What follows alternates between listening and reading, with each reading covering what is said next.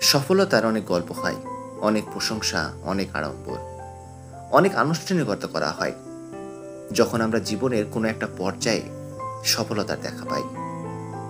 স্বাভাবিকভাবে আমরা সবাই সফল হই না। অনেক পরিশ্রম, অনেক বিফলতার মাঝে একটা প্রাপ্তি অবশ্যই প্রশংসার দাবিদার। তাই সফলতার জন্য আয়োজন করা দোষের কিছু নাই। সফলতাকে উদযাপন করাই যায়, কারণ অনেক অপ্রাপ্তির পরেই এই প্রাপ্তির আবির্ভাব হয়। কিন্তু আমরা কি কখনো ব্যর্থতা উদযাপন করি?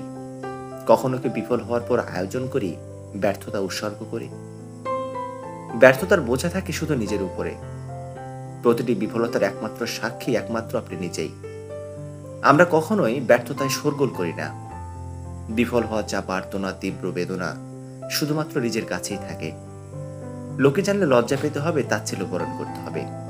আশঙ্কাগুলো ভুল নয়। মনের কষ্ট যখন মনের ভুলে কারো কাছে তুলে ধরেন, প্রমাণিত হয় বিশাল এক অস্ত্র আপনি নিজেই তুলে দিয়েছেন অন্যের হাতে। সে অস্ত্র দিয়ে আপনাকে কাবু করে আপনার দুর্বলতা প্রকাশিত হবে একটা সময়।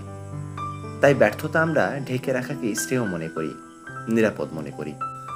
অথচ আমরা সফলতার গল্পে অনুপ্রেরণা খুঁজি। ব্যর্থতার মাঝে কি শেখার কিছুই নেই? প্রতিটি বিফলতার পেছনে অবশ্যই উঠে দাঁড়ানোর অনুপ্রেরণা থাকে। একটা মানুষ কতবার ব্যর্থ হয়ে কতবার নতুন চেষ্টা করছে, কত শত চেষ্টার পর বিফল হচ্ছে, কত পরিশ্রমের ফল তাকে বিজয় হতে বঞ্চিত করছে, তার খবর আমরা রাখি না।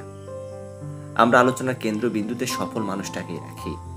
কোনো ব্যর্থ মানুষ অনুপ্রেরণার নায়ক হয় না এই পৃথিবীতে।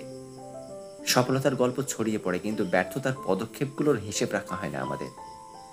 সফলতার জন্য শুভকামনা, তালি আর পুরস্কার থাকে, অথচ ব্যর্থতার জন্য ভালো কথা, সহানুভূতি, সাহায্যের হাত আমরা কখনোই বাড়াই না।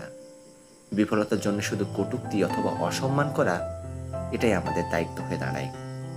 ব্যর্থতার দায় অস্বীকার করার উপায় নেই, যার বোঝা তাকেই বয়ে বেড়াতে হয়।